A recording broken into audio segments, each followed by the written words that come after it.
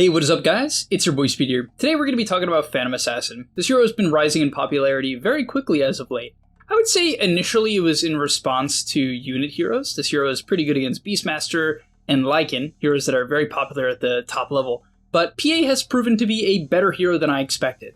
We're going to be talking about why that is the case, and specifically following Duracio's gameplay. This guy is incredible on PA, and this game is a wonderful display of what you can do with this hero. Now, to be fair, he has some pretty good matchups. I would say it's not the best PA game. For instance, I think PA is not that good against Tiny. It's pretty hard to burst Tiny, and the magic damage is very threatening for PA. I would say you're solid against DK, primarily for the fact that the evasion is annoying for DK before he hits Bloodthorn or MKB.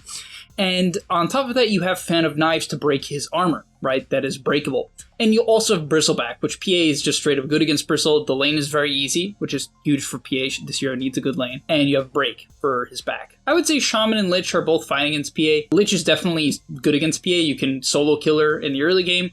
And you have Frost Shield. Hex is pretty good against PA, right, before the BKB goes off. But, I mean, it's not the best, right? So I would say he has 3 good matchups this game. So a solid PA game overall, and let's get into it. On top of that, go sign up to the gameleap website, guys. I'm posting new content over there almost every day, and I'll see you there. For this lane to start off, this is a very favorable PA lane, right? Bristleback does not threaten you, mainly because you just dagger him and ignore him. He also gives you a lot of stick charges. And on top of that, Shaman's low attack range makes it reasonably easy to avoid him. So it should be very easy. On top of that, I love his starting items. Blightstone, Stick, 2 branches. This is because he's against Bristleback. If you're against a lane where Stick is good, this is what you go. If it's not a good Stick lane, you should go 4 branches, Quelling Blade, and a Blightstone. That's my favorite build. There are some other builds as well, like Wand 3 branches is okay too. And there's also like Wraithband builds, because this hero's base armor is not the best, and that can be fine too. It's honestly not even bad in this lane. But the reason why Blightstone is so good is it helps your position 5 trade. So for instance, when Whitemon is trading, whoever he daggers is going to get that -2 armor, -2 armor. And so it's huge, right? It just allows your pos 5 to really take control of the lane, right? Because this dagger is going to make these Pugna auto attacks deal more damage. And Blightstone lasts a long time. It really does. I think it's 8 seconds. Yeah, 8 seconds. So pretty crazy how good it is, these casual daggers. And it's particularly good to dagger the pos 4. If you can do that, it's going to be highly, highly impactful for the overall trading of PA and especially your pos 5. So, okay, he's spamming dagger. Nothing too crazy from there. Basically, you use dagger on whoever your pos 5 is close to. I say that until he actually goes for a kill on the Shaman here, and PA is one of those heroes that just has kill potential at level 2. It's also a situation where because they got a deny, or he has 2 denies, they hit level 2 first, and this is great from Duracio. This is why this guy is one of the best players in the world. He's so good at finding these opportunities. I know this from watching so many of his games.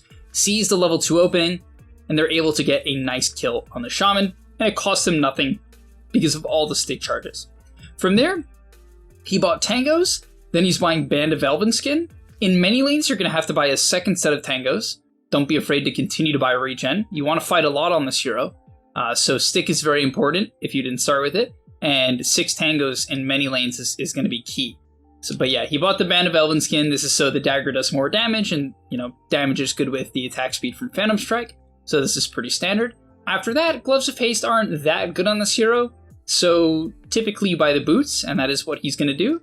In terms of skill build, you put your 3rd point into Stifling Dagger, and you continue to spam it.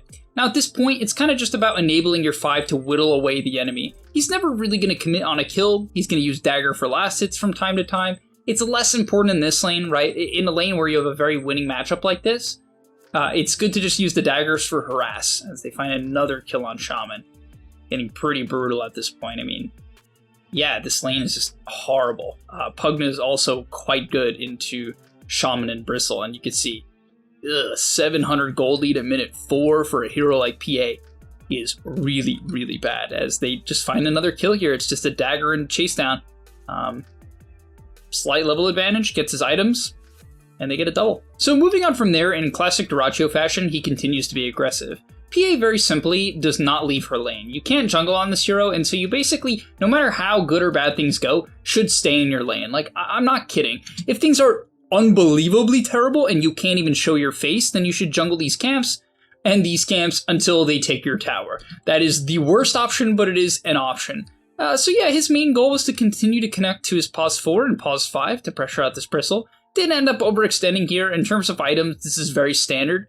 You go Treads, Wand, Blightstone, Cornucopia, right? This is the regen item for Battle Fury. Often you'll have a Quelling Blade already. He doesn't in this case. But yeah, he ends up dying. You have to be careful. You are going to have 800 health when you're not on Strength Treads. And so you die really easily. And that is the downside of PA. This hero has to be super careful around magic damage. Also, in classic Dyrachyo fashion, another gate play. I mean, this guy just loves playing fast. And I think the reason why it's really good this game is because he has a Doom and an Invoker. His offlaner is a hyper greedy carry, right? I would say Doom is literally more of a safe laner than an offlaner traditionally. And I would say the same for mid lane Invoker. I mean, this hero nowadays tends to be mildly greedy. It's not the most greedy mid, but it's mildly greedy. It's more greedy than something like an Earth Spirit, for sure, by quite a bit. So he hits the gate, finds a kill. I mean, this guy is everywhere. But yeah, hits the gate, finds a kill, onto the DK. And guys, don't force gate plays. Like, are they very good? Yeah, because this hero just has one of the better slows in the game. This ability is a 4-second slow. Right? It's just 50% movement speed, 4-second slow. This is just a really, really good slow. However, you don't have to force it. You're very squishy, again, so make sure it's a numbers advantage. If you can create a numbers advantage with the gate, right, a 3-on-2 or a 4-on-2, that's going to be really awesome, and it definitely will work. But yeah, it comes back to his lane, gets out the bristle, and that's why, I'm not going to lie, guys, I think PA it's a pretty delicate hero. I've been caught on camera on this channel hating on PA a lot. And I still hold that same sentiment in a lot of ways. I think the meta at the highest level very much favors this hero. The unit heroes and even Bristleback has become a first pick offlaner at the highest level. And it's like, okay, when these heroes are popular, yeah, PA makes a lot of sense. I also think PA is probably better than I thought for a bit now, primarily due to the fact that I haven't even mentioned it yet, of the innate. You just start the game with like 20% evasion, which is frankly insane. It's really, really good. Yeah, Dyrachyo is crazy. I mean, bro is literally just roaming. He's unique, let me tell you. This guy is unique. Like, he just shows up to everything when the game is going well. Like, everything. I mean, it is really cool. It's risky, though, because what's going to happen is people are going to watch a game like this. They're going to load up their PA game. The game's going to be dead even. And the enemy mid is going to, like, be a high level. They're going to try to rotate and just feed to some Earth Spirit Magnetize and be like, meh, Speed told me to play fast. And it's like, if your team is doing extremely well, play super fast. If the game is a bit more even, you should generally sit in your lane and just hit all the nearby camps. You don't need to complicate the game. So yeah, with all of his roaming, 3 kills and 3 assists with only 1 death, he's able to complete a 12-minute Battle Fury, which is absurdly early. I would say minute 14 is a pretty good benchmark for this item, and at this point he does start farming a bit more. He is looking bottom, but he has no TP in this case, so probably just thinking about whether or not he should hit the gate. It's also good to, you know, kind of just keep track of what people are doing so that you know if they can gank you after the fight ends, right? If they have resources to do so. So top players will do that. Oh, this was a cool move. Joins the smoke again. He just wants to be active. He catches the DK here. That was sick. Catch the DK and get the wisdom. That was dope. Beast move from Tundra. Heals off the top wave, farming enemy jungle. Gets a little aggressive here again. I mean, he is super, super aggressive. You need to make sure that these deep moves, you shouldn't play this hero like Ricky Carry or something like that.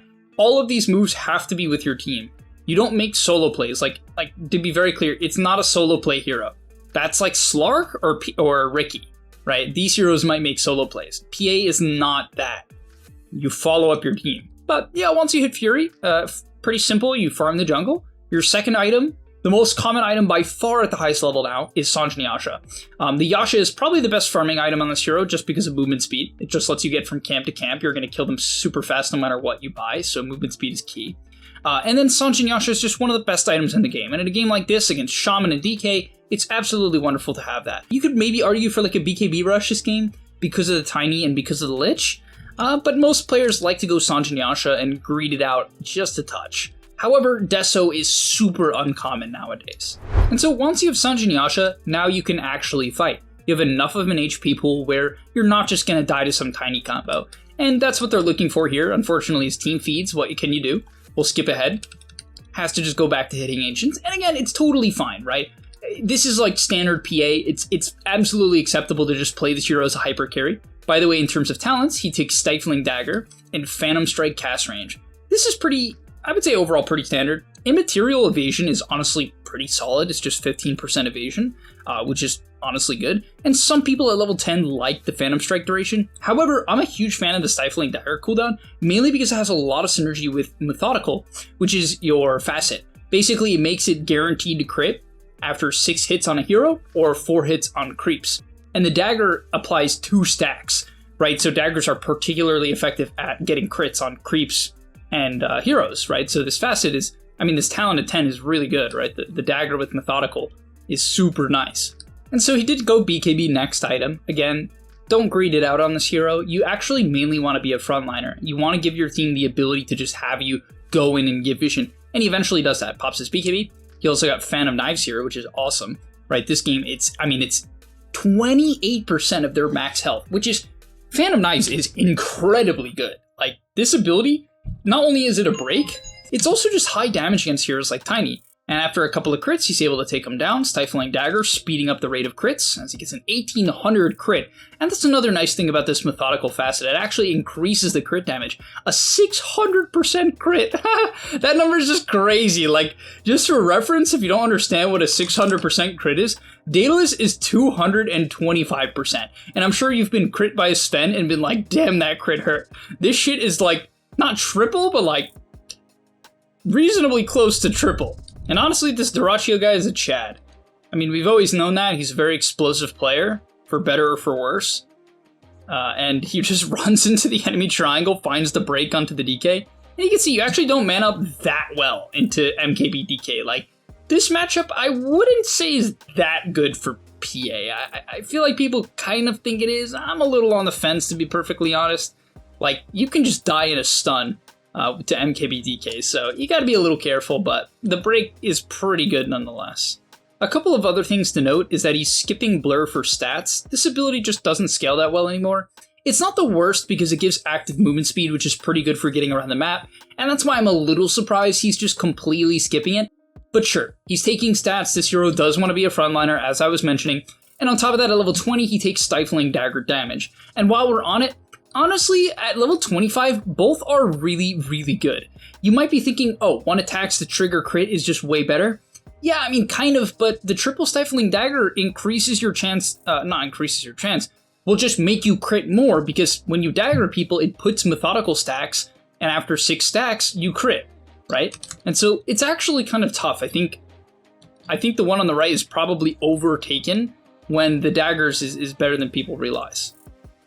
Okay, at this point of the game, he's got a Nullifier. Nullifier this game primarily just to get rid of Frost Shield from Lich. It's just truly a big problem for PA if you can't get rid of it, so does that. Tries to burst out of the Tiny. Kind of goes a little deep here, but gets to Shaman.